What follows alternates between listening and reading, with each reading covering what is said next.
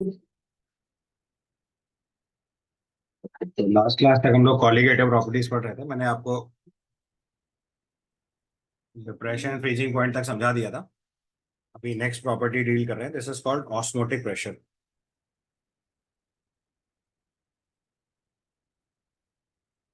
ठीक है। तो एक कॉन्सेप्ट होता है ऑस्मोसिस का, जो हम लोग बायोलॉजी में पढ़ते हैं, तो उसको केमिस्ट्री में भी इम्प्लीमेंट करेंगे। तो बेसिकली लेफ्ट हैंड साइड में एक डायग्राम लिया हुआ, एनसीईआरटी का डायग्राम है, जिसके बेसिस पे आप समझ सकते हो। तो बेसिकली ये तो एक्सपेरिमेंटल तरीका है, बट इसी बात को अगर सिंप्लीफाइड तरीके से समझाऊं पहले आपको, कि अगर आपने सबसे पहले एक वेसल लिया, इसमें एक सॉल्वेंट और एक सॉल्यूशन को सेमी परमेबल मेम्ब्रेन के थ्रू सेपरेट करा दो।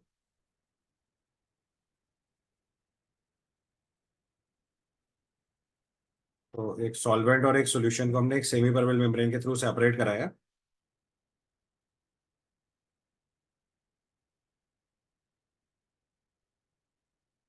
शॉर्ट फॉर्म में बोलेंगे एसपीएम या सेमी परमेबल मेम्ब्रेन। ध्यान से देखो, टर्म लिखा हुआ है सेमी परमेबल मेम्ब्रेन, यहाँ से लिख लीजिए। इसको हम लोग शॉर्ट में बोलते हैं एसपीएम, बहुत बार टर्म यूज करेंगे। अगर सबसे पहले इसी बारे में समझना है तो मैं पहले आपको यही टर्म बता दूं। तो जो सेमी परमेबल मेम्ब्रेन है, basically it allows only water through it. It allows only water, और precisely saying only solvent through it. अभी एक ऐसी मेम्ब्रेन होती है जिसके थ्रू केवल सॉल्वेंट मूव कर सकता है, सॉल्यूट मूव नहीं कर सकता। इसमें से हमेशा वाटर या सॉल्वेंट मूव करेगा। अगर एग्जाम्पल समझने हैं तो जितनी भी एनिमल एंड प्लांट मेम्ब्रेन्स हैं,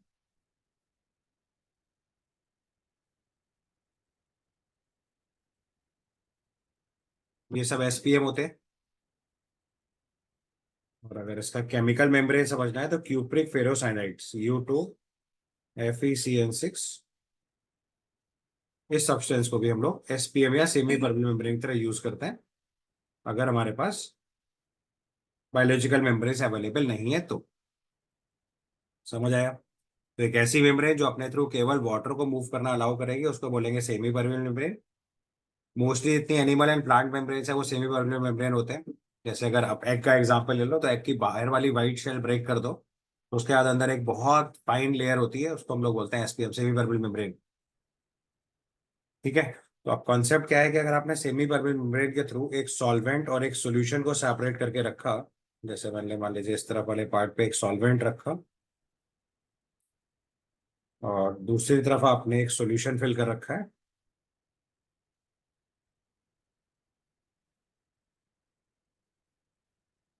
तो सेमी परमेबल मेम्ब्रेन के थ्रू हमेशा सॉल्वेंट मूव करेगा। तो सेमी परमेबल मेम्ब्रेन के through movement of solvent molecules जो हमें लिखना है, तो सॉल्वेंट लेफ्ट से राइट की तरफ जो मूव करेगा, इस प्रोसेस को बोलते हैं ऑस्मोसिस। तो अगर टेक्निकली लिखें हम लोग ऑस्मोसिस, अब इसी का एक्सपेरिमेंटल तरीका देखना है तो राइट साइड में प्रॉपर डायग्राम बनाया हुआ है। अब देखिए, एक सॉल्यूशन में एक ट्यूब में भर के उसको सॉल्वेंट में फिल करा है, नीचे सेमी परमेबल मेम्ब्रेन लगी हुई है। तो जो सॉल्वेंट मॉलिक्यूल है वो सॉल्यूशन वाले चैम्बर में एंट्री करेगा। तो आप देखो, लेवल जो है वो सॉल्वेंट वाले लेवल से एच हाइट ऊपर तक चला गया, जो बिकॉज ऑफ ऑस्मोटिक प्रेशर है। तो ऑस्मोसिस के फिनोमिनन में क्या हुआ? फिनोमिनन में हुआ मूवमेंट ऑफ, अगर आप डेफिनेशन लिखना चाहते हो फटाफट लिखो, movement of solvent through semi permeable membrane from solvent to solution.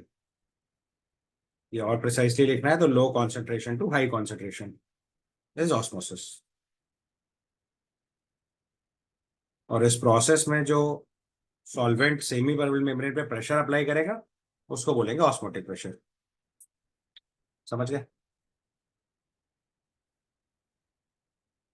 लेकिन अब जो मैंने तरीका बताया, इससे हम लोग ऑस्मोसिस बायोलॉजी में डिफाइन करेंगे। बट अगर केमिस्ट्री में हमें ऑस्मोटिक प्रेशर निकालना पड़ेगा, तो हम लोग इस तरह का एक सेटअप अप्लाई करते हैं, जिसमें एक तरफ सॉल्यूशन और एक तरफ सॉल्वेंट ले रखा है हमने। तो हम लोग सॉल्यूशन वाले चैम्बर में इतना प्रेशर अप्लाई करें सो दैट ऑस्मोसिस का प्रोसेस जस्ट स्टॉप कर जाए। तो भी इसे ऑस्मोटिक प्रेशर बोलते हैं। तो आप ध्यान से देखो कि दोनों तरफ 1 एटमॉस्फेयर प्रेशर अप्लाइड है, और इसके ऊपर आपने एक्स्ट्रा प्रेशर जो पी अप्लाई कर रखा है, इसको बोलते हैं ऑस्मोटिक प्रेशर। तो अगर एक सॉल्यूशन और एक सॉल्वेंट को सेपरेट कराया गया थ्रू सेमी बबल मेम्ब्रेन, ध्यान से देखो, तो जो सॉल्वेंट का मूवमेंट है वो जस्ट स्टॉप करा दो सॉल्यूशन के ऊपर प्रेशर लगा के, तो इसको भी ऑस्मोटिक प्रेशर बोलेंगे। ऑस्मोटिक प्रेशर की डेफिनेशन लिखनी है। तो ऑस्मोटिक प्रेशर क्या हुआ?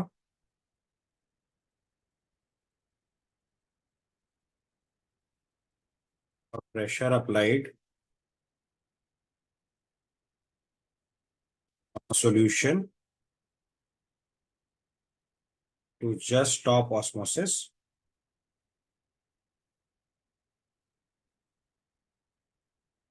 when it is separated from solvent through semi-permeability। देखिए, डेफिनेशन पार्ट इसलिए इंपॉर्टेंट है क्योंकि जेई मेंस में जितने क्वेश्चंस आएंगे सब इससे रेलेवेंट होते हैं, इसलिए मैं केयरफुली सारी बात बता रहा हूँ। एडवांस में क्वेश्चन ओरिएंटेड होगा, अभी आ रहा हूँ डायरेक्टली फॉर्मूले पे। ये पार्ट हो गया।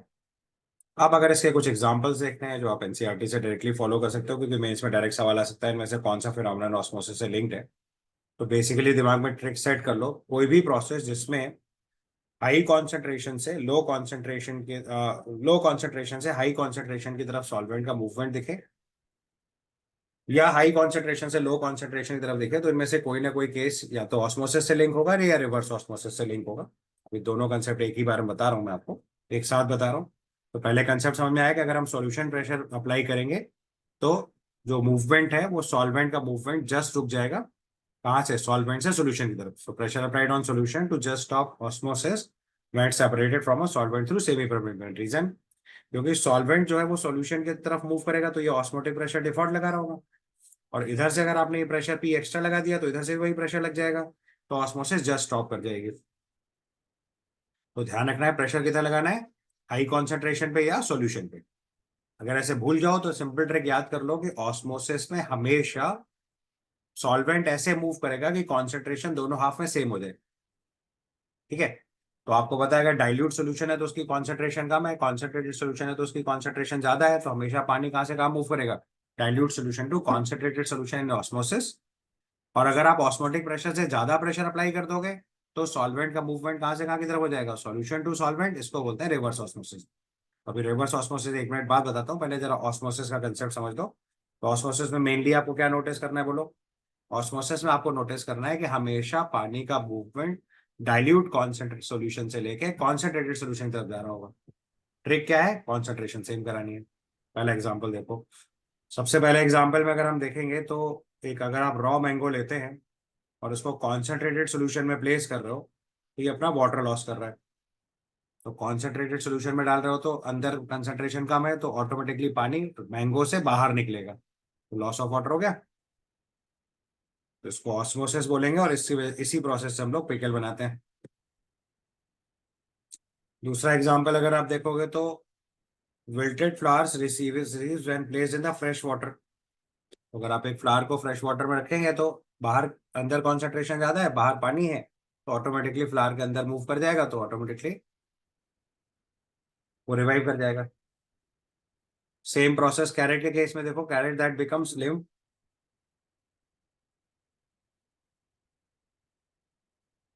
So carrot that becomes limp because of water loss into the atmosphere can be placed into water making it form again। तो इसमें भी सेम प्रोसेस होगा, वाटर कैरेट के अंदर एंटर कर जाएगा। ठीक है? अब इसी को अगर ब्लड सेल से रिलेट कर लो, तो अगर हमने when placed water containing less than 0.9%, तो अभी ये टर्म बताऊंगा हम लोग, यहाँ पे एक टेक्निकल टर्म आएगा, अभी थोड़ी देर बाद सिखाता हूँ। पहले ये 0.9% mass by volume salt solution याद रखिएगा। अगर आपको आइडिया होगा तो हम लोग किसी भी पर्सन में जो सलाइन वाटर एंटर कराते हैं इंटरवेनस प्रोसेस में, उनमें सब में 0.9% mass by volume salt solution लिया था। जेई में इसमें सवाल 3 बार आ चुका है, वो ध्यान से कंसेंट्रेशन याद रखिएगा। तो अगर हमने when placed water less than 0.9% mass by solution, तो ब्लड वेसल्स जो है वो स्वेल कर जाते हैं। रीजन, क्योंकि ब्लड वेसल्स के अंदर की जो कॉन्सेंट्रेशन है वो लगभग इतनी ही होती है। तो अगर कम कॉन्सेंट्रेशन सोल्यूशन बाहर है तो पानी ऑटोमेटिक अंदर जाएगा तो स्वेल्स होगा। और अगर इसका उल्टा कर दोगे मतलब अगर बहुत सॉल्टी सोल्यूशन में हम फूड या लिविंग सिस्टम को प्लेस करेंगे तो उसके अंदर फ्लफी बिहेवियर आ जाएगा, स्वेलिंग आ जाएगी, इसको एडेमा बोलते हैं टेक्निकल वर्ड। प्लांट्स के केस में देखेंगे मूवमेंट इनटू रूटेड वाटर। तो movement of soil into plant roots and subsequently upper portion of the plant. तो लो हाइट के जितने प्लांट्स हैं उनमें पानी का मूवमेंट कैसे होता है? ऑस्मोसिस से। बड़ी हाइट के जो प्लांट्स होते हैं उसमें कैपिलरी राइज होता है। ध्यान रखिएगा दोनों पॉइंट में डिफरेंस है। जो छोटी हाइट के प्लांट्स हैं बेसिकली जिनको क्रॉप बोलते हैं उनमें सब में पानी ऑस्मोसिस ऑस्मोटिक प्रेशर की वजह से राइज करता है या ऑस्मोसिस की वजह से राइज करता है। और जो बड़ी हाइट के प्लांट्स होते हैं उनमें हमेशा वाटर का मूवमेंट कैसा होगा? Capillary rise. तो कंफ्यूज मत हो जाएगा। Movement of water in low height plant is because of osmotic pressure, क्योंकि बहुत हाई प्रेशर नहीं होता है। जो बड़ी हाइट के प्लांट्स हैं उनमें ये मूवमेंट हमेशा कैसे होगा? कैपिलरी राइज से। अगर चाहो तो साइड में लिख लो अपने आप।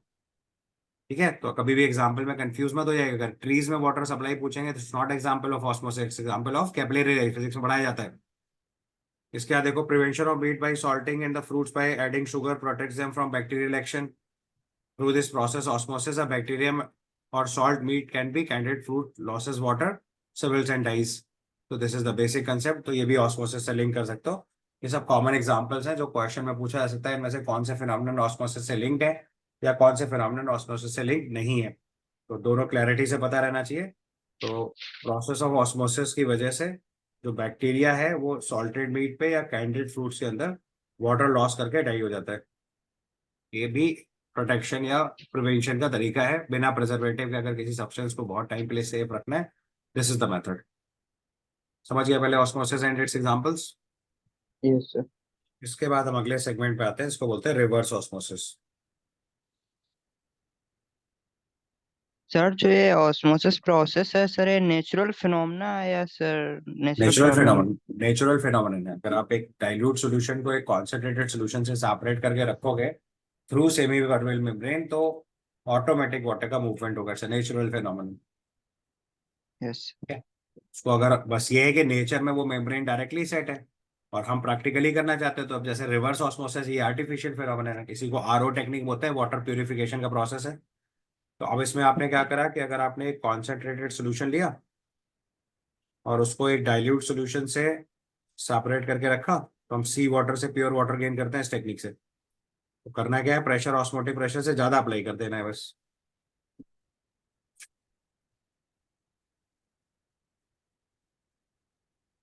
प्रेशर ऑस्मोटिक प्रेशर से ज्यादा अप्लाई कर देना है।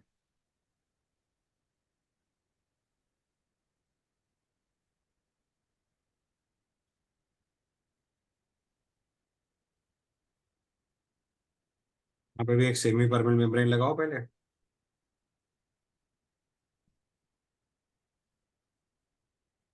एसपीएम हो गया। इधर पे आपने एक पिस्टन अप्लाई करा।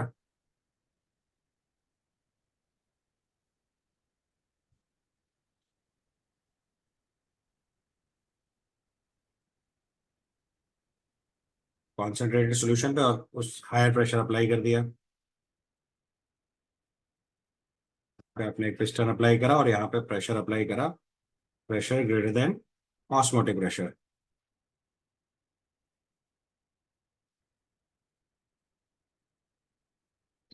Pressure greater than osmotic pressure of solvent का मूवमेंट कॉन्सेंट्रेटेड सोल्यूशन से डाइल्यूट सोल्यूशन की तरफ हो जाएगा। ये हो गया आपका कॉन्सेंट्रेटेड सोल्यूशन और ये हो गया डाइल्यूट सोल्यूशन। तो अब पानी का मूवमेंट अगर कॉन्सेंट्रेटेड सोल्यूशन से डाइल्यूट सोल्यूशन की तरफ हो जाएगा तो इस प्रोसेस को बोलते हैं रिवर्स ऑस्मोसिस। समझ गया टेक्निक।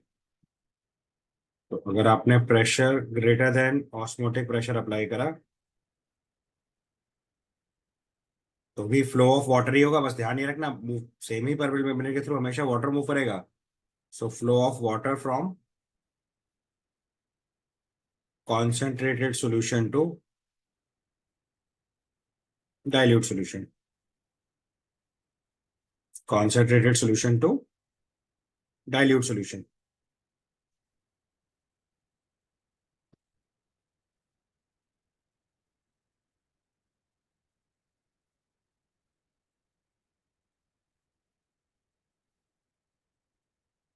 इसको बोलेंगे हम लोग रिवर्स ऑस्मोसिस। ठीक है। और इसका मेन एग्जांपल जो है जिसपे मैक्सिमम क्वेश्चन आएगा वो होगा sea water to pure water gain करने के लिए। ध्यान रखना है sea water to pure water है। प्योर वाटर का मतलब ड्रिंकिंग वाटर नहीं होता है। डीमिनरलाइज वाटर मिलेगा, इसमें मिनरल्स खत्म हो जाएंगे, केवल प्योर वाटर मिलेगा। ड्रिंकिंग वाटर में मिनरल्स प्रेजेंट होते हैं, so be very careful about it. कई बार ये कंफ्यूजिंग होता है, स्पेशली जब हम लोग एनवायरमेंटल केमिस्ट्री पढ़ेंगे तब ये टर्म इंपॉर्टेंट हो जाएगा। ठीक है, क्लियर टू एवरीवन।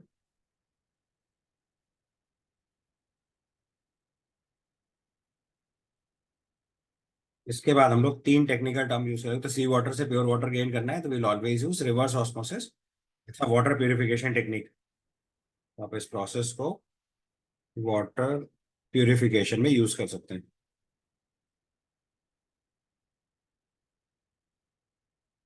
आप नाम याद करोगे तो आपको ये आरओ नाम से याद होगा। रिवर्स ऑस्मोसिस तो कम लोग जानते हैं, बट आरओ टेक्निक अगर आप बोलोगे तो आपको तुरंत क्लिक कर जाएगा। RO technique basically purification of water के लिए यूज करते हैं। ठीक है। अब यहाँ पे हम लोग तीन टर्म यूज करते हैं, उनको समझते हैं। एक टर्म होता है आइसोटोनिक सॉल्यूशन। ये समझ गया ना, रिवर्स ऑस्मोसिस बेसिकली आपने सेमी परमेबल मेम्ब्रेन के पास कॉन्सेंट्रेटेड सॉल्यूशन में अगर ज्यादा प्रेशर अप्लाई कर दिया, जो ऑस्मोटिक प्रेशर से ज्यादा होगा, तो जो पानी पहले डाइल्यूट सॉल्यूशन से कॉन्सेंट्रेटेड सॉल्यूशन की तरफ जा रहा था, वही पानी अब कॉन्सेंट्रेटेड सॉल्यूशन से डाइल्यूट सॉल्यूशन इधर की तरफ जाने लगेगा। तो ऑस्मोसिस का रिवर्स प्रोसेस काम करने लगेगा, जिसको हम लोग बोलते हैं रिवर्स ऑस्मोसिस।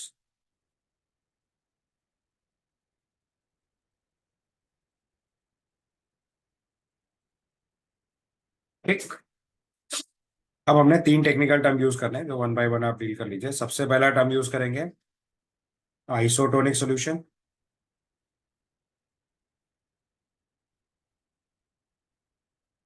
दूसरा टर्म यूज करेंगे hypotonic solution.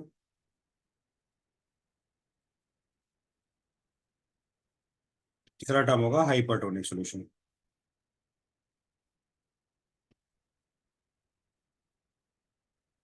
Isotonic solution, hypotonic solution and hypertonic solution. तो आइसोटोनिक सॉल्यूशन मतलब सेम ऑस्मोटिक प्रेशर।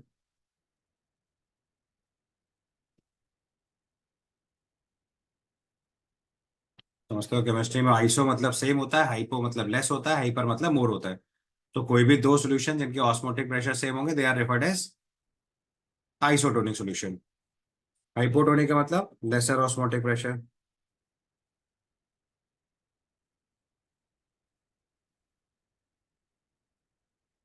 और हाइपर मतलब मोर, तो मोर ऑस्मोटिक प्रेशर।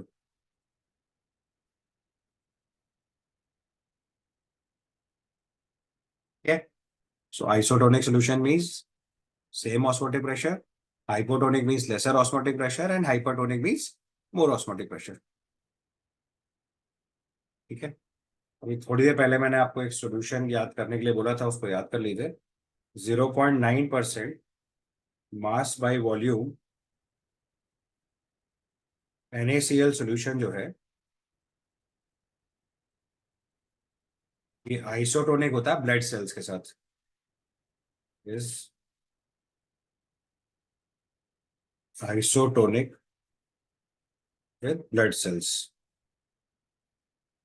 बहुत इंपॉर्टेंट कंसेप्ट है, ठीक से याद रखिएगा, रेगुलर क्वेश्चन आता है इस कंसेप्ट पे।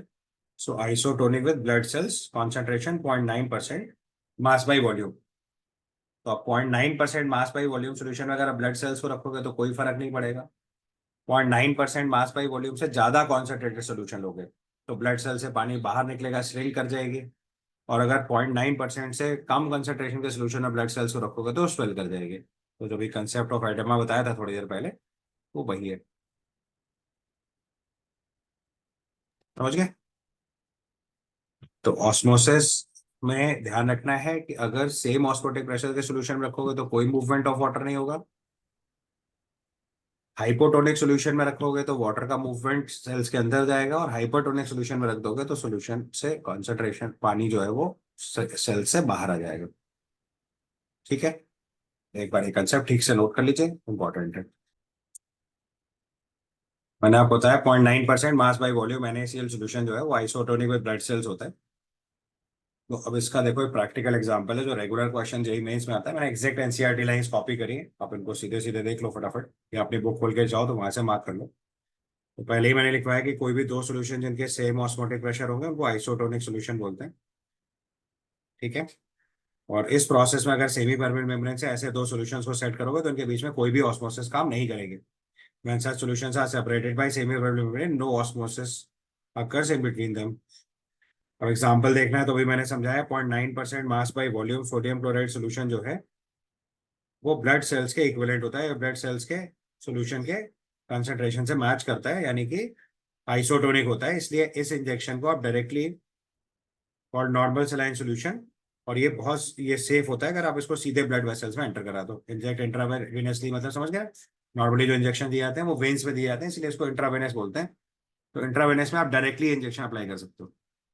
अगर इससे ज्यादा कंसंट्रेशन या कम कंसंट्रेशन का सोल्यूशन है तो उसको डायरेक्टली ब्लड में इंजेक्ट नहीं कर सकते।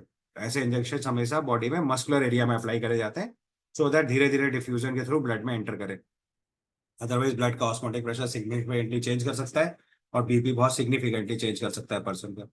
इसलिए कोशिश करी जाती है कि ऐसे सॉल्यूशंस जिनकी concentration 0.9% mass by volume sodium chloride solution के इक्विवेलेंट है, केवल उन्हीं सॉल्यूशंस को ब्लड वेसल्स में डायरेक्टली इंजेक्ट किया जा सकता है।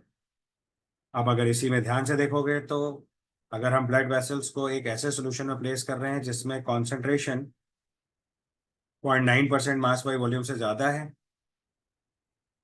तो water will flow out of the cells and this will shrink. अभी थोड़ी देर पहले एग्जाम्पल बताया था, तो ऐसे सॉल्यूशन को बोलेंगे हाइपरटोनिक। और अगर सॉल्ट सॉल्यूशन की कंसेंट्रेशन इससे कम लोगे, less than 0.9% mass by volume लोगे, तो ऐसे सॉल्यूशन को बोलेंगे हाइपोटोनिक। और इस केस में अगर आप सेल्स को प्लेस करोगे तो दे वुड स्वेल। तो ये स्टैंडर्ड सवाल है मेंस का, एकदम सही से याद कर लो, क्योंकि ये कॉन्सेंट्रेशन बताएंगे नहीं आइसोटोनिक है, क्योंकि एनसीईआरटी में गिवन है, तो आपको डायरेक्टली याद रखना है 0.9% mass by volume NaCl solution blood vessels के साथ आइसोटोनिक होता है। अगर आप इससे ज्यादा कंसेंट्रेशन के सोल्यूशन में ब्लड सेल्स को रखोगे तो वो श्रिंक कर जाएगी, ऐसे सोल्यूशन को हाइपरटोनिक बोलेंगे। और अगर इससे कम कंसेंट्रेशन के सोल्यूशन में ब्लड सेल्स को रखोगे तो वो स्वेल कर जाएगी। इसी केस को एडमा बोलते हैं, अभी थोड़े पहले एग्जांपल में लिखवाया था मैंने आपको। तो ऐसे सोल्यूशन को बोलेंगे हाइपोटोनिक। हाइपो मतलब लेस, हाइपर मतलब मोर, आइसो मतलब सेम। केमिस्ट्री में जहां भी आइसो टर्म यूज करेंगे मतलब सेम, हाइपो मतलब लेस, हाइपर मतलब मोर। समझ गए बात को। अब ऑस्मोटिक प्रेशर बहुत आसानी से निकल जाता है, सिंपल, इसका स्टैंडर्ड फॉर्मूला है। राउट्स लॉ से अगर हम कैलकुलेट करना शुरू करेंगे तो osmotic pressure P equal to CRT होता है। बस में यूनिट्स का ध्यान दिया जाता है। P जो है वो आपका ऑस्मोटिक प्रेशर है, लेकिन अगर आप नोटेशन देख रहे होगे ध्यान से तो इसका नोटेशन पाई है, लेकिन मैं पाई नहीं लिख रहा हूँ, नहीं तो आप में से ज्यादातर क्वेश्चंस में आप आंसर 3.14 निकाल लोगे। सो बी केयरफुल, इसलिए मैंने P लिख दिया है। So osmotic pressure in the unit of atmosphere लिखेंगे। तो इस क्वेश्चन को बहुत ध्यान रखना है, इसमें इंपॉर्टेंट पॉइंट यूनिट होती है। तो osmotic pressure in the unit of atmosphere, अगर आप इसका नोटेशन देखोगे तो आप नोटेशन देखोगे मैक्सिमम जगह पे पाई लिख रहे हैं। ठीक है। बट वो पाई मैं नहीं लिख रहा हूँ, क्योंकि आप पाई 3.14 जानते हो, आप गलत कर जाओगे। और तो वो कैपिटल पाई है तो गलती नहीं होनी चाहिए, लेकिन आप चूंकि पाई इतनी बार मैथ्स में यूज करते हो कि आप उसे बचा पाओगे, थोड़ा मुश्किल काम है, इसलिए मैंने सेफ साइड रहते हुए उसको पी लिख दिया है। अब सी जो है वो आपकी कॉन्सेंट्रेशन है in the unit of moles per litre. C is the concentration in the units of moles per litre.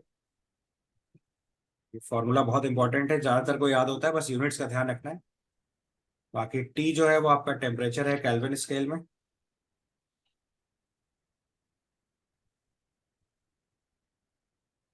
Last में जो आर है वो इंपॉर्टेंट है, उसका सीधा रिजल्ट याद रखना है। तो हम लोग यहाँ पे वैल्यू ऑफ आर जो लिखेंगे वो मोस्ट इंपॉर्टेंट है, 0.0821 litre atmosphere per mole kelvin. Value of R ध्यान रखिएगा, क्योंकि ये सवाल जब अटकेगा तब आप आर की वैल्यू मिस कर रहे होगे। So value of R carefully याद रखना है, 0.0821 litre atmosphere per mole kelvin. ठीक है। बाकी बहुत सिंपल सवाल होगा, जैसे आप आइडियल गैस इक्वेशन पीवी को टू एनआरटी यूज करते हो, बिल्कुल वैसे ही सॉल्व करना है। कॉन्सेंट्रेशन बस क्लैरिटी से निकाल लेनी है in the units of moles per litre. Units का ध्यान रखना है, osmotic pressure in the units of atmosphere, concentration in the units of moles per litre, temperature in the unit of kelvin, और वैल्यू ऑफ आर क्या लिखेंगे, 0.0821 litre atmosphere per mole kelvin. देखो, जो osmotic pressure है वो ये बहुत important technique है, ऑल्दो ज्यादातर कॉलिगेटिव प्रॉपर्टीज जो है वो हमेशा like molecular weight of solute measure करने के लिए अप्लाई करी जाती है। जैसे किसी भी नॉन वोलेटाइल सोल्यूट का अगर आपको मॉलिक्यूलर वेट निकालना है तो relative lowering of vapour pressure, elevation and boiling point, depression, freezing point, osmotic pressure, सब अच्छे टेक्निक्स हैं। बस relative lowering of vapour pressure को थोड़ा अवॉइड करते हैं क्योंकि आपको पता है उसमें अप्रोक्सीमेशन होता है। पोस्ट वर्ल्ड वॉकर मेथड के टाइम सिखाया था आपको, P naught minus P S by P naught is equal to mole fraction of solute लेते हैं और कभी कभी अप्रोक्सीमेट करके उसको एन बाई एन लिख देते हैं, तो मॉलिक्यूलर वेट में थोड़ा सा रिजल्ट्स में अप्रोक्सीमेशन आ सकता है, तो sometimes we avoids that method. Elevation, boiling point and depression, freezing point, ये दोनों बहुत अच्छी टेक्निक है, इनसे हम लोग किसी भी नॉन वोलेटाइल सोल्यूट का मॉलिक्यूलर वेट निकाल सकते हैं। बट ऑस्मोटिक प्रेशर जो है ये एक यूनिक प्रॉपर्टी कैरी करता है। अगर किसी भी बायोमोलिक्यूल या पॉलीमर का मॉलिक्यूलर वेट कैलकुलेट करना होता है तो बेसिकली आपका जो ऑस्मोटिक प्रेशर है, it's an useful technique. The reason is कि जो बायोमोलिक्यूल्स हैं उनकी थर्मल स्टेबिलिटी बहुत अच्छी नहीं होती है, जनरली वो हाई टेम्परेचर पर स्टेबल नहीं होते या बहुत लो टेम्परेचर पे भी स्टेबल नहीं होते हैं, तो elevation, boiling point and depression, freezing point कई बार उसमें बहुत अच्छा मेथड नहीं होता। पॉलीमर्स के केस में पानी में सॉलिबिलिटी बहुत कम होती है और elevation, boiling point and depression, freezing point की वैल्यू बहुत कम आती है, तो वहाँ एरर के चांसेस बहुत ज़्यादा हो जाते हैं। जबकि ऑस्मोटिक प्रेशर को हम लोग रूम टेम्परेचर पे मेजर करते हैं और बहुत डाइल्यूट कॉन्सेंट्रेशन के केस में भी ऑस्मोटिक प्रेशर की सिग्निफिकेंट वैल्यू आती है। इसलिए ऑस्मोटिक प्रेशर एक बहुत इंपॉर्टेंट टेक्निक है जिसमें हम बायोमोलिक्यूल्स और पॉलीमर्स के मॉलिक्यूलर वेट मेजर करते हैं। ठीक है, कंसेप्ट समझ गए? अब यही बात मैं आपको एनसीईआरटी के लैंग्वेज में पढ़ के सुना दे रहा हूँ, तो आप अच्छा रहेगा अपने आप भी बुक से पढ़ो, तो सेम पैराग्राफ ने एनसीईआरटी से उठाया क्योंकि जब भी क्वेश्चन आएगा लैंग्वेज एनसीईआरटी की मोस्टली कॉपी करी जाती है, तो केयरफुली देख लो। मैं लिखा measurement of osmotic pressure provides another method of determining molecular mass of fluids. Routine बात है। This method is widely used to determine the molar masses of protein, polymers and the other macromolecules, basically biomolecules and polymers. The osmotic pressure method has advantage over the other methods of pressure measurement is around the room temperature। तो सबसे पहली चीज जो osmotic pressure है वो room temperature पे measurement हो रहा है and molarity of the solution is used instead of molarity, एक advantage. As compare to other colligative property its magnitude is large even for, so magnitude is large even for very dilute solution। ठीक है, तो ये basically biomolecules जो कि generally high temperature पे stable नहीं होते हैं और पॉलीमर्स जो कि बहुत पुअर स्टेबल सॉलिबिलिटी कैरी कर रहे होते हैं, इन दोनों के लिए यूजफुल टेक्निक है। आगे बात समझ? ये आपका ऑस्मोटिक प्रेशर का कंसेप्ट हो गया। अब एक क्वेश्चन सॉल्व करके देख लो। बाकी तो रूटीन क्वेश्चन है, कोई बहुत ज्यादा इसमें ऐसा नहीं कहूँगा चैलेंजिंग क्वेश्चन बनता है, बहुत बेसिक क्वेश्चंस बनाए जाते हैं मोस्टली। लेकिन सारे क्वेश्चंस में खास बात केवल क्या है, P equal to C R T ठीक से अप्लाई करना सीखना है यूनिट्स के साथ। यूनिट सही अप्लाई कर लोगे तो कोई चैलेंज नहीं है, अगर यूनिट मिस हो जाएगी तो दिक्कत हो जानी है। ठीक है, तो मैंने लिखा solution is prepared by dissolving 0.6 gram of urea and 1.8 gram of glucose in 100 ml of water at 27 degree Celsius. Osmotic pressure of the solution बताना है आपको। तो ये 2019 का जेई मेंस क्वेश्चन है।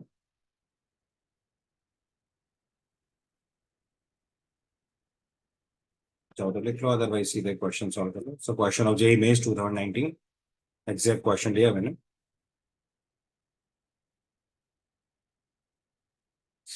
तो बेसिकली दो सॉल्यूशंस, दो सॉल्यूट आपने एक सॉल्यूशन में मिक्स करें, formula P equal to C R T लगाना है। क्वेश्चन में आर की वैल्यू देखो 0.08206 दी है, ऑल तो इतना बड़ी वैल्यू दी है तो उसे यूज नहीं करना है। 0.082 भी यूज कर लोगे तो भी चलेगा, 0.0821 ऑल तो मैंने आपको अगर राउंड ऑफ करके सिखाया, उस टर्म को भी यूज कर लोगे तब भी चलेगा। Not to use this much higher value, तब यूज कर देंगे तब भी सवाल बन जाएगा। नहीं गिवन होता तो भी हमें डायरेक्ट याद रखना है।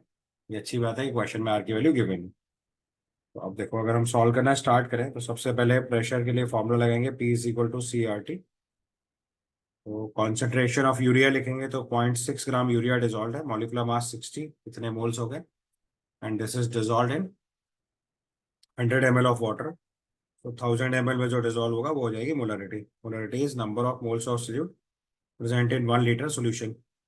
प्लस दूसरा सब्सटेंस जो डिजोल्व हो रहा है वो ग्लूकोज है 1.8 ग्राम, मॉलिक्यूलर मास 180 इंटू 1000/100।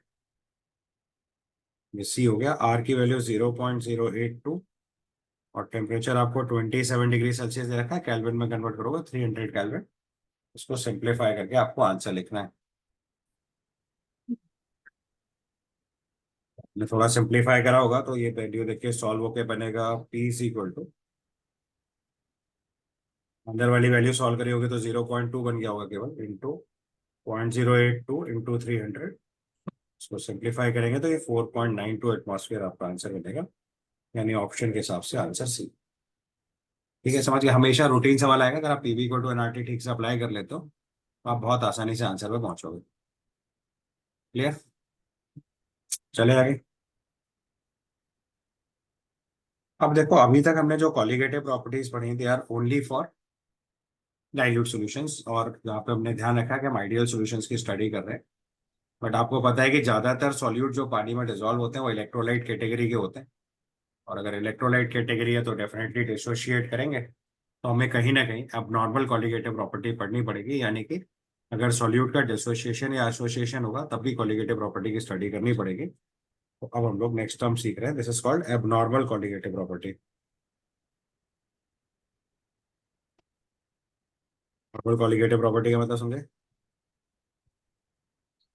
अगर आप ये मान के चल रहे हो सॉल्यूट डिसोशिएट या एसोसिएट नहीं हो रहा है, लेकिन एक्चुअली में वो डिसोशिएट या एसोसिएट कर जा रहा है, तो जो कॉलिगेटिव प्रॉपर्टी आएगी उसको क्या बोलेंगे? Abnormal colligative property. Normal colligative property is because of, this is due to dissociation और association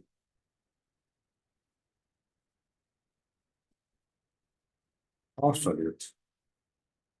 so this is due to dissociation और एसोसिएशन ऑफ सॉल्यूट यूनिट्स। अगर ऐसा होगा तो हम इसको बोलेंगे एबनॉर्मल कॉलिगेटिव प्रॉपर्टी। ठीक है। अब इसको मेजर करने के लिए एक टेक्निकल टर्म यूज करते हैं जिसको बोलते हैं वॉन हॉफ फैक्टर, तो रिप्रेजेंट करते हैं स्मॉल आई से। और चूंकि हम सब जानते हैं कॉलिगेटिव प्रॉपर्टी केवल नंबर ऑफ सॉल्यूट यूनिट्स पर डिपेंड करती है, सो बेसिकली अगर एबनॉर्मल कॉलिगेटिव प्रॉपर्टी है तो डिसोसिएशन या एसोसिएशन की वजह से number of solute units change कर गए, इस वजह से कॉलिगेटिव प्रॉपर्टी में चेंज आ रहा है। इस चेंज को मेजर करने के लिए, स्टडी करने के लिए हम लोग एक टेक्निकल टर्म यूज करते हैं जिसको बोलते हैं वॉन्ट ऑफ फैक्टर आई। ठीक है। अब जो ये आपका वॉन्ट ऑफ फैक्टर आई है, बेसिकली इसको अगर हम स्टडी करें तो ये इक्वल टू होता है abnormal colligative property by normal colligative property. This is abnormal colligative property upon normal colligative property.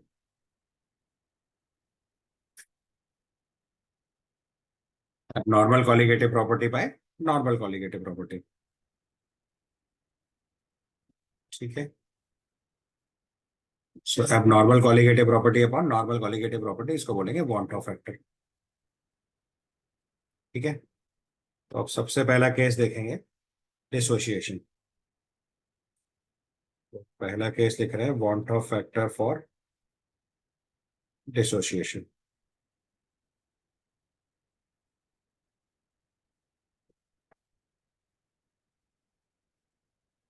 Of factor for dissociation.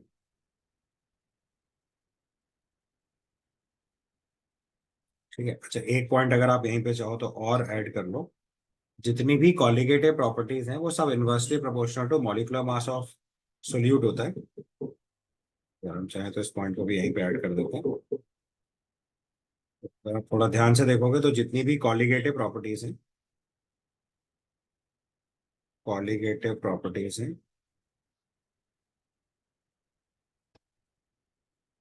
Inversely proportional to molecular weight of solute होता है।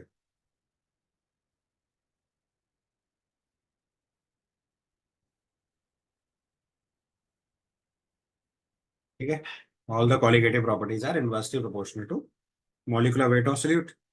तो अगर हम वांट ऑफ फैक्टर लिखना चाहें तो उसको normal molecular weight of solute upon abnormal molecular weight of solute भी लिख सकते हैं। ये भी एक इंपॉर्टेंट एस्पेक्ट है, आप चाहो तो इसे भी रिकॉल कर सकते हो। ये भी एक फॉर्मूला बन जाएगा। अगर आप कभी मॉलिकुलर वेट ऑफ सॉल्यूट से कंपेयर करना चाहोगे तो ये भी एक तरीका बनेगा, जहाँ पे हम वांट ऑफ फैक्टर को लिखेंगे normal molecular weight of solute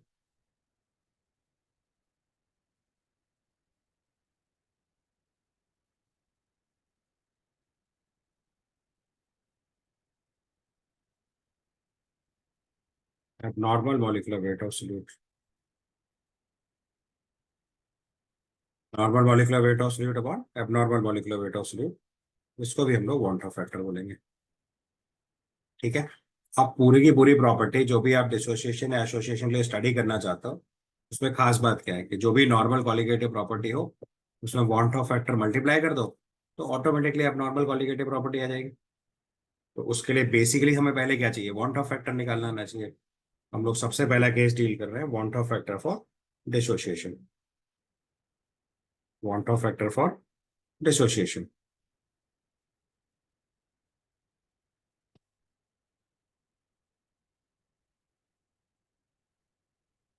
factor for dissociation, ठीक है। आप देखो अगर कोई भी सोल्यूट डिसोशिएट करा, let us say I take an example as AXBY,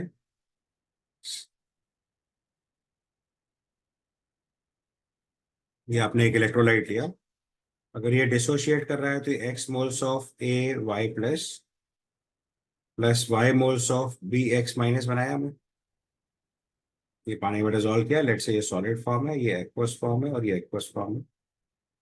तो आपने एक सॉल्यूट डिजोल्व कराया जो इलेक्ट्रोलाइट है AXBY फॉर्म में है, डिजोल्व हो रहा है तो x moles of AY plus और y moles of BX minus form हुआ। ठीक है। तो अगर आपने स्टार्टिंग में लेट से इसके ए मोल ले लिए T=0 पे, और जब ये सॉल्यूशन बना T=T पे, तो उसके ए में से कुछ 1 माइनस अल्फा डिसोशिएट कर गया। अल्फा को हम लोग क्या बोलेंगे, degree of dissociation. I hope definition आप समझते होगे, एक मोल में से जितना अमाउंट डिसोशिएट होता है उसको बोलते हैं degree of dissociation. So alpha is degree of dissociation. तो आई राइट A × 1 - अल्फा,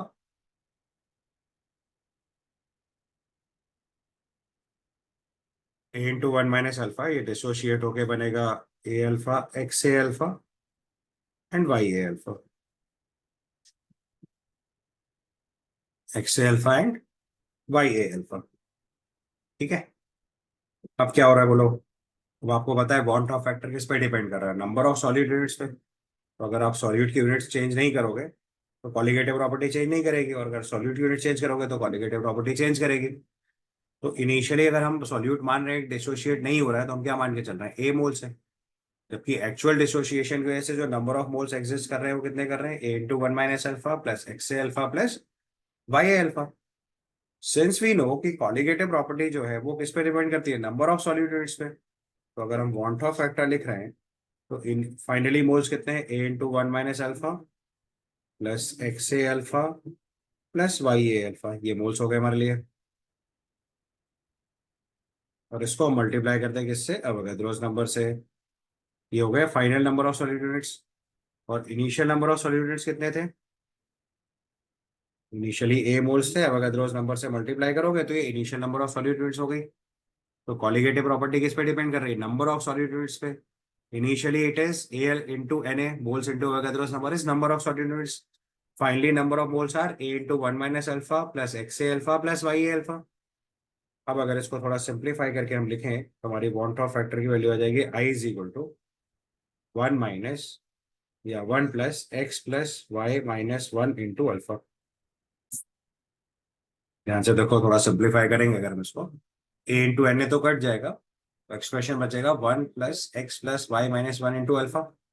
और अगर X + Y को थोड़ा ध्यान से देखो तो इसको हम एक नया नंबर Z लिख दे रहे हैं, जो क्या रिप्रेजेंट कर रहा है, number of ions furnished bye, number of ions furnished bye 1 unit of electrolyte. तो 1 यूनिट सोल्यूट के जितने आयंस प्रोड्यूस कर रहा है उसको हम लोग Z बोल रहे हैं। तो हमारे वांट ऑफ फैक्टर का एक्चुअल फॉर्मूला क्या बन गया, I = 1 + Z - 1 × alpha. 1 × alpha. Is equal to 1 plus Z minus 1 into alpha, यानी कि नंबर ऑफ आयन्स जितने फर्नेस हो रहे हैं एक यूनिट की वजह से, वो आप एग्जैक्टली लिख लो और डिग्री ऑफ डिसोसिएशन के टर्म में मार्क कर दो। अब सपोज करो अगर कोई ऐसा इलेक्ट्रोलाइट है जो 100% डिसोशिएट कर रहा है, तो अल्फा की वैल्यू 1 डाल देंगे, तो आई सीधे सीधे कितना आ जाएगा, नंबर ऑफ आयन्स फर्नेस्ड। तो मोस्ट ऑफ द टाइम आप केवल नंबर ऑफ आयन्स फर्नेस्ड भी सही निकाल दोगे तो भी सवाल सॉल्व हो जाएगा। अल्फा की वैल्यू अगर 1 हो गई तो पुट करके देखो, आई इज इक्वल टू जेड आ जाएगा। ये फॉर्मूला डायरेक्टली याद रखना, ऑल्दो मैंने आपको सॉल्व करने का तरीका भी बताया, बट अच्छा रहेगा कि आप सीधा फॉर्मूला याद रखो, क्योंकि बहुत ट्रिकी सवाल जब तक नहीं आएगा एडवांस में, तब तक आपको ऊपर वाले कंसेप्ट की बहुत जरूरत नहीं पड़ेगी, क्योंकि मेजॉरिटी क्वेश्चन हम लोग फॉर्मूले से ही सॉल्व करेंगे। मैं क्वेश्चन लिखा, find van't of factor for dissociation in the following salts assuming 100% dissociation. तो बेसिकली अगर आप 100% डिसोसिएशन ले रहे हैं, इसका सिंपल मतलब क्या हुआ, आपको अल्फा कितना लेना है, 1। 1। 100% डिसोसिएशन के लिए आपका अल्फा हो गया 1। अल्फा 1 हो गया तो इन सारे केस में जो वांट ऑफ फैक्टर आई लिखेंगे वो बेसिकली जेड के बराबर आएगा, because I is yes. Equal to 1 plus Z minus 1 into alpha है। और अगर आप अल्फा 1 डाल दोगे तो I is equal to Z आ जाएगा, नहीं आएगा, आप नंबर ऑफ आयंस लिखने। तो पहले मैं आंसर लिखे देता हूँ सारे केस में, आप चेक कर लो। NaCl का वांट ऑफ फैक्टर 2 आएगा, Na2SO4 के लिए वांट ऑफ फैक्टर 3, Na3PO4 में want of factor 4, BaCl2 want of factor 3, KMnO4 want of factor 2, K4FeCN6 want of factor 5। मोहर सॉल्ट का फॉर्मूला पता है, यस सर, फेरस वही अमोनियम पूछ रहे सल्फेट, थे। NH4 होल ट्वाइस SO4 है, तो याद करना है इसको भी। 11th क्लास में सिखाते हैं, ferrous ammonium sulphate NH4 whole twice SO4, exam में लिख के नहीं आएगा, इसीलिए मैंने ऐसे सवाल दिया है। तुम सोचो फॉर्मूला लिख के आएगा और तुम कर लोगे, ऐसा नहीं होगा, ये नॉर्मी भी तो बांटा है। तो ferrous ammonium sulphate NH4 whole twice SO4 dot FeSO4 dot 6H2O। पहले चैप्टर सीख रहा हूँ, अभी 10th क्लास में पढ़ाया जाता है सबसे पहले। और पोटाश एलएम लिखोगे तो this is K2SO4 dot Al2SO4 whole thrice dot 24H2O। ये फॉर्मूले हैं, इनके लिए आपको वांट ऑफ फैक्टर लिखना है। अच्छा, इसमें एक बात बहुत इंपॉर्टेंट है जो ध्यान रखनी है, पोटेश एमोनियम का फॉर्मूला हमने K2SO4 dot Al2SO4 whole thrice dot 24H2O लिखा है, बट अगर आप एग्जाम में लिखोगे तो ये फॉर्मूला अलाउड नहीं है लिखना। रीजन, क्योंकि हम आयनिक कंपाउंड्स के लिए इंपेरिकल फॉर्मूला लिखते हैं। तो अच्छा रास्ता रहेगा कि हम इसका फॉर्मूला लिखें KAlSO4 whole twice dot 12H2O। ये इसकी ट्रिक है जो ध्यान रखनी है। अगर आपने ऊपर वाला फॉर्मूला लिखा तो पोटेश एटम का फॉर्मूला है, उसमें कोई डाउट नहीं है, लेकिन आपको पता है आयनिक कंपाउंड्स के लिए हमेशा इंपेरिकल फॉर्मूला लिखा जाता है। तो अगर आप 1 यूनिट ऑफ पोटेश एटम लिखेंगे तो number of ion furnace second वाले फॉर्मूले से लिखेंगे, फर्स्ट वाले फॉर्मूले से नहीं लिखेंगे। अगर फॉर्मूला लिख के आएगा K2SO4 dot Al2SO4 whole thrice dot 24H2O, तब तो आप डायरेक्ट कर लोगे। अगर फॉर्मूला नहीं लिख के आएगा तो पोटेश एलम का फॉर्मूला हम क्या लिखेंगे, KAlSO4 whole twice dot 12H2O, because empirical formula लिखा जाता है। ठीक है, तो अब इस वाले केस में अगर आपको वांट ऑफ फैक्टर रिपोर्ट करना है, तो वांट ऑफ फैक्टर फॉर मोहर salt will be NH4 plus से 2 आयन, सल्फेट का एक 3, फेरस का एक, सल्फेट एक और, ये टोटल 5 आयन जनरेट होंगे, तो वांट ऑफ फैक्टर 5। और इसके अगले वाले केस में ये चीज कैलकुलेट करोगे, एक पोटेशियम, एक एल्यूमिनियम और 2 सल्फेट, तो वांट ऑफ फैक्टर लिखेंगे 4। और अगर ये फॉर्मूला लिख के आएगा तो वांट ऑफ फैक्टर लिखेंगे 8। ध्यान से देख लो, सारे केस एकदम क्लैरिटी से क्लियर होने चाहिए। अगर सवाल में पोटैश एलम लिख के आएगा तो एकदम अच्छे से याद रखना है कि पोटैश एलम के केस में हमें फॉर्मूला चाहिए ये वाला।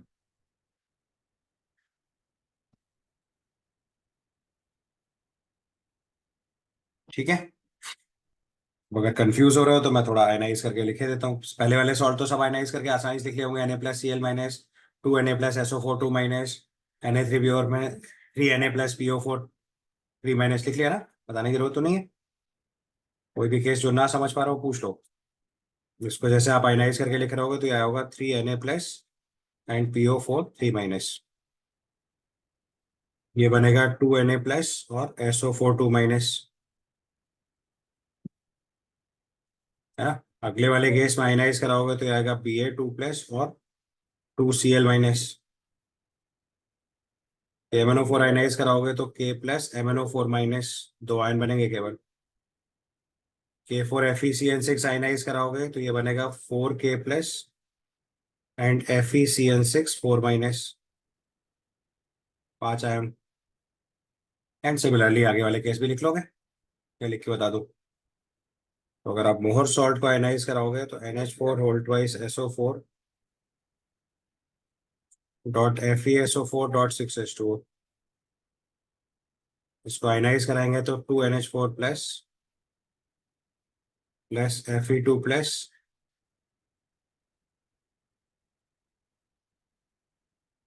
Plus 2SO4 2 minus.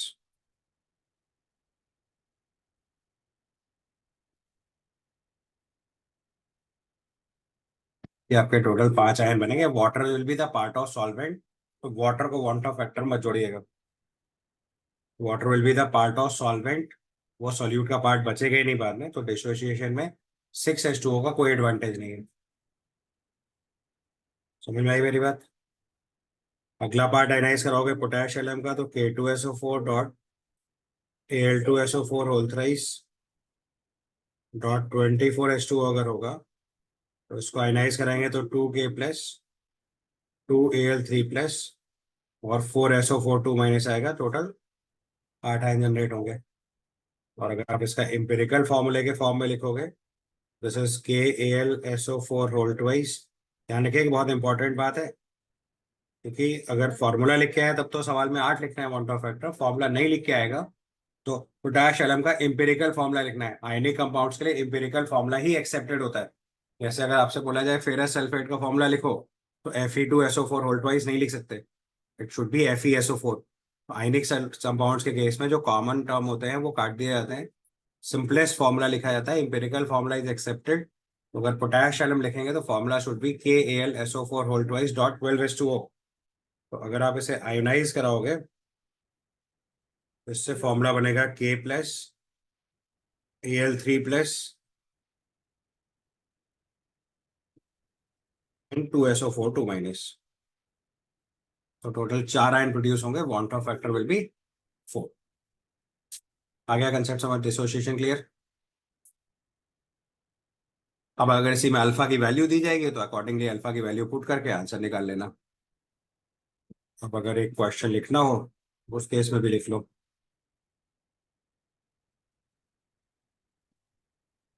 सवाल लिख लो,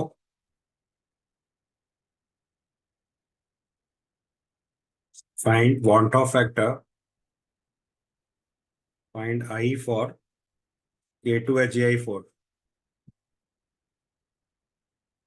if it is 40% dissociated।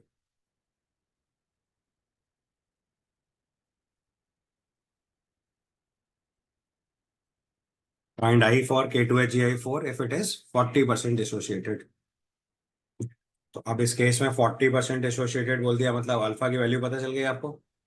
0.4। Alpha की वैल्यू 0.4 यूज करेंगे और जेड की वैल्यू 3 लिखेंगे, क्योंकि K2HgI4 जब आयनाइज करेगा तो ये बनेगा 2K प्लस और HgI4 2 minus.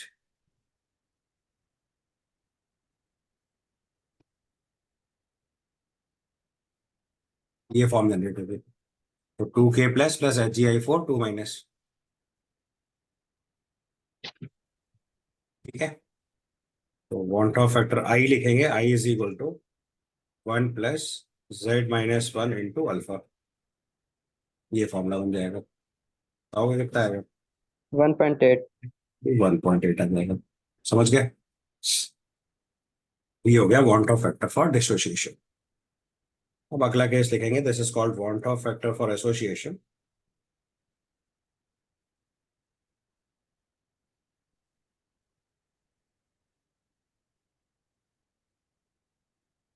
Of factor for association. अब एसोसिएशन में क्या होगा कि जो पहले डिसोसिएट होकर नंबर ऑफ सॉलिड यूनिट्स बढ़े, एसोसिएशन में number of solid units decrease कर जाएगी। तो अब अगर आप मान लो कि n units of A combine होके AN बना रहे, n units of A combine होके AN बन रहा है, this is a concept of association. Initially अगर ए मोल्स प्रेजेंट है यहाँ पे, तो A into one minus alpha, A alpha by N बनेगा। यहाँ पे अल्फा जो है इसको बोलेंगे डिग्री ऑफ एसोसिएशन।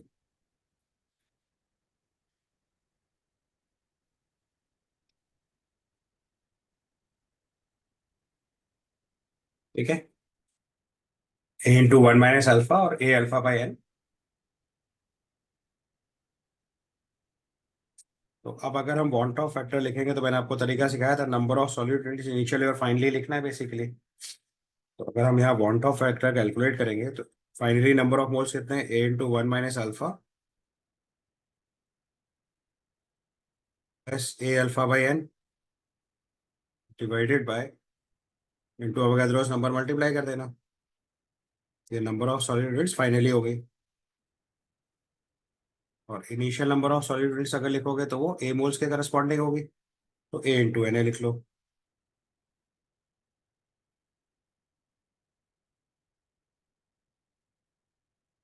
ठीक है, अब इसको अगर सिंप्लीफाई करोगे तो आई की वैल्यू कितनी आ जाएगी, A into N A cut जाएगा, so one minus alpha plus alpha by N बन जाएगा। ये फॉर्मूला एसोसिएशन के लिए डायरेक्टली याद रखना है। Want of factor for association हो गया।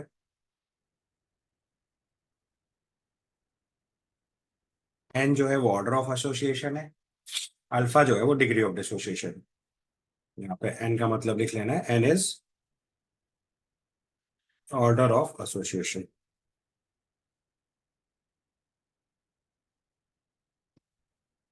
ऑफ एसोसिएशन, ठीक है। मतलब अगर आप डाइमराइजर्स लिखोगे तो एन की जगह टू लिखेंगे, ट्राइमराइजर्स लिखोगे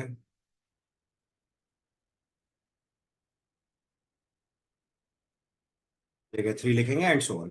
टेट्रामराइजर मतलब एन फोर, पॉलीमराइजर मतलब N is a very larger number. इससे हम लोग van't of factor for association mark करेंगे। एग्जाम्पल कार्बोक्सिलिक एसिड का याद रखना है। कार्बोक्सिलिक एसिड या बेसिकली एसिटिक एसिड अगर एक्वा सोल्यूशन में रहेंगे तो डिसोशिएट करेगा, van't of factor greater than one होगा। और नॉन एक्वा सोल्यूशन या बेसिकली ऑर्गेनिक सॉल्वेंट लेंगे जैसे बेंजीन, तो वहाँ ये डाइमराइज करेगा या एसोसिएट करेगा, van't of factor less than one. ये बहुत इंपॉर्टेंट पॉइंट है, ये भी जरा लिख लेना है आपको। तो हम लोग लिख रहे हैं फॉर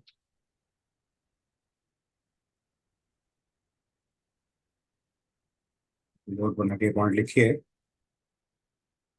फॉर एसिटिक एसिड, और बेटर टू से कार्बोक्सिलिक एसिड। और जनरलाइज लिखना है तो फॉर कार्बोक्सिलिक एसिड, और प्रिसाइसली लिखना है तो acetic acid in aqueous solution dissociation takes place, so want of factor greater than one. In non-aqueous solution, example से लेना है तो स्पेसिफिकली बेंजीन, एसोसिएशन आएगा। एसोसिएशन मतलब want of factor less than one. ठीक है, दोनों का रीजन अगर मेंशन करना है, it is because of intermolecular hydrogen bonding. बहुत केयरफुली लिखिएगा, इंटरमोलिकुलर हाइड्रोजन बॉन्डिंग। जैसे एग्जाम्पल से समझाऊं आपको, एसिटिक एसिड को आप जैसे ही पानी में डालोगे, ये आयनाइज कर जाएगा।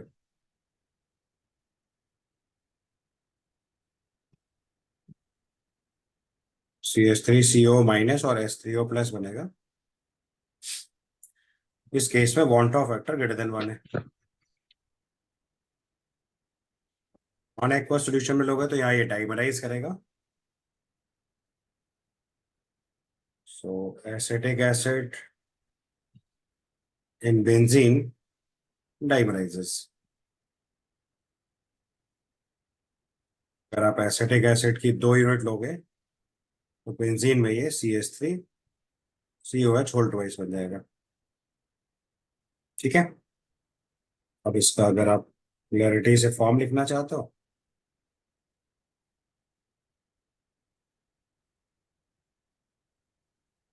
एसिटिक एसिड हुआ। दूसरा मॉलिक्यूल ऐसे लिखिए। ध्यान रखना है इंटर मॉलिक्यूलर हाइड्रोजन बॉन्डिंग है, ज्यादातर लोग कंफ्यूज कर जाते हैं इस पर, रिंग देख के उनको लगता है इंट्रा मॉलिक्यूलर हाइड्रोजन बॉन्डिंग है। ये देखिए हाइड्रोजन बॉन्डिंग है, this is inter molecular hydrogen bonding, जिसकी वजह से डाइमराइजेशन हो रहा है। ठीक है, तो एसोसिएशन हो गया वो हाइड्रोजन बॉन्डिंग की वजह से एसिटिक एसिड में।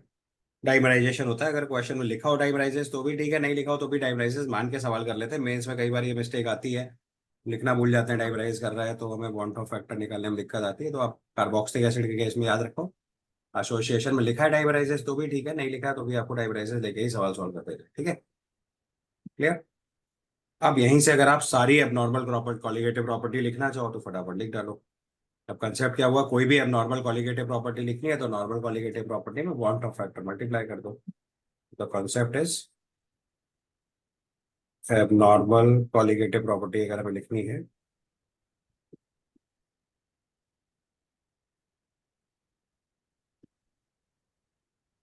क्या करना है, नॉर्मल कॉलिगेटिव प्रॉपर्टी में बॉन्ड ऑफ फैक्टर मल्टीप्लाई करके लिखना है। पहली कॉलिगेटिव प्रॉपर्टी क्या आती है, relative lowering of vapour pressure P naught minus P S by P naught is equal to mole fraction of solute, so I N upon I N plus N. ध्यान रखना दोनों तरफ आई मल्टीप्लाई होगा, approximate लिखोगे तो आई एन बाई एन आ जाएगा, first colligative property. Second colligative property elevation boiling point delta T B is equal to I times K B into M. ठीक है, third colligative property delta T F is equal to I times K F into M. And again the fourth colligative property osmotic pressure P is equal to I times C R T. तो कोई भी अब normal colligative property निकालनी है तो जो normal colligative property फॉर्मूले पढ़े हैं तो सीधे सीधे वॉन्ट ऑफ फैक्टर मल्टीप्लाई कर दो।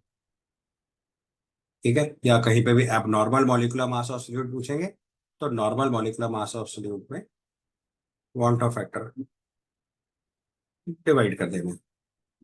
इनवर्स रिलेशन है, अभी देखो थोड़ी देर पहले सिखाया था मैंने आपको। अगर आपको अब normal molecular weight of solute निकालना है तो normal molecular weight of solute by van't Hoff factor आ जाएगा। ठीक है, तो यहीं पे चाहो तो एक फॉर्मूला और ऐड कर दो। तो अगर आपको अब normal molecular weight of solute निकालना है, normal molecular weight of solute निकालना है, ये normal molecular weight of solute one molecular weight of solute में वॉन्ट ऑफ फैक्टर से डिवाइड कर देंगे,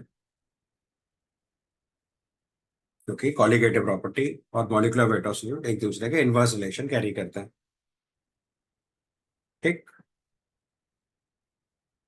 अब इसके क्वेश्चंस की प्रैक्टिस कर लेनी है। एक दो मैं क्वेश्चन थोड़े और बता देता हूँ आपको थोड़ा प्रैक्टिस के लिए, मैं जो ट्रिकी सवाल है या एडवांस के थोड़े अच्छे सवाल है मैं बता देता हूँ। तो एक क्वेश्चन आप कर लीजिए मेरी तरफ से। आपको एक एसिड दिया है HA,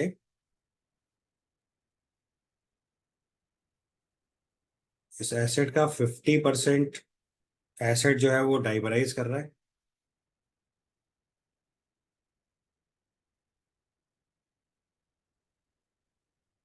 और बचा 50% जो है वो डिसोशिएट कर जा रहा है, and rest dissociates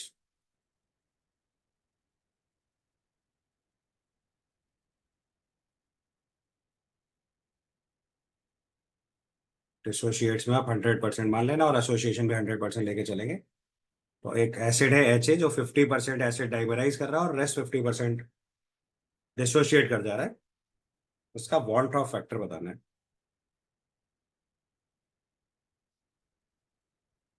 right, van't Hoff factor. ये सवाल सिर्फ इसलिए बताया क्योंकि अगर आप फॉर्मूले जानते हो तो ये सवाल नहीं कर पाओगे, जो मैंने कंसेप्ट सिखाया उसी से सवाल सॉल्व होगा, इसीलिए एक सवाल करा रहा हूँ आपको। बाकी फॉर्मूले बेस्ड क्वेश्चन आप अपने आप भी कर लोगे, उसमें कोई बहुत चैलेंज नहीं है। तो मैंने लिखा है एक एसिड HA जो 50% डाइमराइज करता है और रेस्ट 50% डिसोशिएट कर जा रहा है, इसका वॉल्ट ऑफ फैक्टर आई लिखना है अगर आपको। सो द टेक्निक इज, अगर आप मान लो कि इनिशियली आपने A मोल ले रखे हैं, तो A में से जो A/2 है वो डिसोशिएट करा और A/2 एसोशिएट करा, ये आपका एसोशिएट करा है और ये डिसोशिएट करा है। अगर ये एसोसिएट करा है डाइमराइज करके तो इसके मोल्स कितने हो जाएंगे, A/4। और अगर HA डिसोशिएट करा है तो ये दो आयन बनाएगा, एक H+ और एक A-। सर 2.5। नहीं बेटा, तो अगर ये डिसोशिएट करेगा H+ और A- में, तो ये A/2 जो है वो डिसोशिएट करके A/2 + A/2 यानी A बना देगा। तो जो इनिशियली आपके पास A मोल्स थे वो अब टोटल A+A/4 हो गए। तो यहाँ पे अगर आपको वांट ऑफ फैक्टर लिखना है तो इनिशियली मोल्स A थे, बाद में A+A/4 इंटू Na, ये नंबर ऑफ सॉलिड यूनिट्स हो गई जो इनिशियली A इंटू Na था। तो यहाँ से वांट ऑफ फैक्टर सॉल्व करके निकालेंगे तो I की वैल्यू 1.25 है।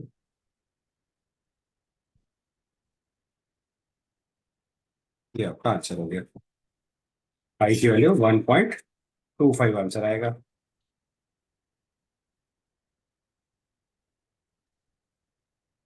ठीक, समझ गया टेक्निक। तो ऐसी जगहों पे आपको पूरा कंसेप्ट लगाना पड़ेगा जो मैंने सिखाया था, अदरवाइज डायरेक्ट फॉर्मूला अप्लाई करके भी सवाल होगा। क्योंकि ए मोल से उसके दो पार्ट हुए, 50% डाइमराइज कर रहा है, रेस्ट 50% एसोसिएट कर रहा है। तो A/2 मोल जो है वो डाइमराइज करके A/4 बन गए। और जो A/2 मोल डिसोशिएट थे वो दोनों A/2 + A/2 बनेगा, 100% डिसोसिएशन लेना है। तो टोटल मोल्स A बन जाएंगे। इनिशियल मोल्स A थे, फाइनली मोल्स A+A/4 हो गए। नंबर ऑफ सॉलिड यूनिट्स पे कॉलिगेटिव प्रॉपर्टी डिपेंड करती है। आप डायरेक्टली सॉल्व कर लीजिए, आपका आंसर आ जाएगा। ठीक है, क्लियर। Yes sir.